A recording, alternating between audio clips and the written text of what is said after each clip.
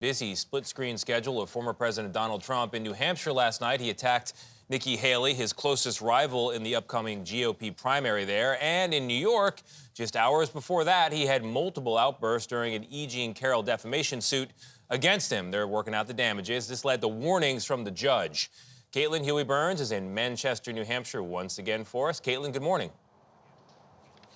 Hey, good morning, Tony. Well, this race is really shaping up to be that two-person contest that Nikki Haley has been asking for. You have the former president really stepping up his attacks against Haley, all in an effort to try to shore up his party's nomination early.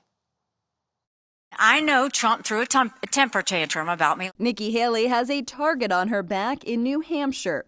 But if she wins, Biden wins. The former president stepped up his hits last night in Portsmouth against the former South Carolina governor who he picked to serve as UN ambassador. So if you want a nominee who is endorsed by all of the rhinos, globalists, never-Trumpers, and crooked Joe Biden's biggest donors, she's your candidate. Haley hopes to cut into his lead despite new polling showing her down by more than a dozen points. She's been urging voters to turn the page, describing Trump as all breaking, no fixing, all vendetta, no vision.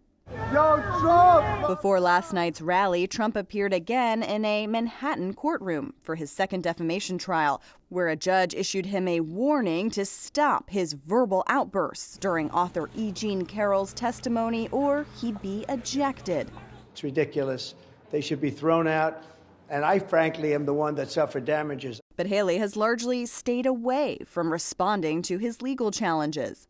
I just tell it on policy. I'm not going to talk about him personally. I don't care about that. Good evening! Meantime, a super PAC supporting Florida Governor Ron DeSantis is laying off staff as he shifts his resources to the next primary in South Carolina. And Republican and independent voters we spoke with here in New Hampshire don't seem to like any of their options. How many of you are excited about your choices this time around?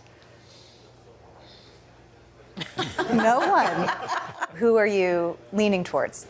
I'm leaning towards Donald Trump. I'm not crazy about him as a person. Not looking for a husband or a friend, though. He's the only one that I think is going to change the complete mess we have in Washington right now. He's an outsider. You still consider him to be an outsider, even though he was president? He's an outsider because he has no friends in Washington. Nikki Haley, I'm not an enthusiastic supporter of necessarily. It's more like who's left standing that I can vote for, because I think it's important to vote. And who can I vote for and keep Trump out? It's just like having to pick the best from a bunch of not greats. Now, all of those voters told us that they definitely plan on showing up on Tuesday for the primary. Meanwhile, Trump is actually off the campaign trail today. He's attending his mother-in-law's funeral down in Florida. Nikki Haley has a town hall here tonight. Both of them will be here over the weekend. It's crunch time here in New Hampshire, trying to secure every last vote.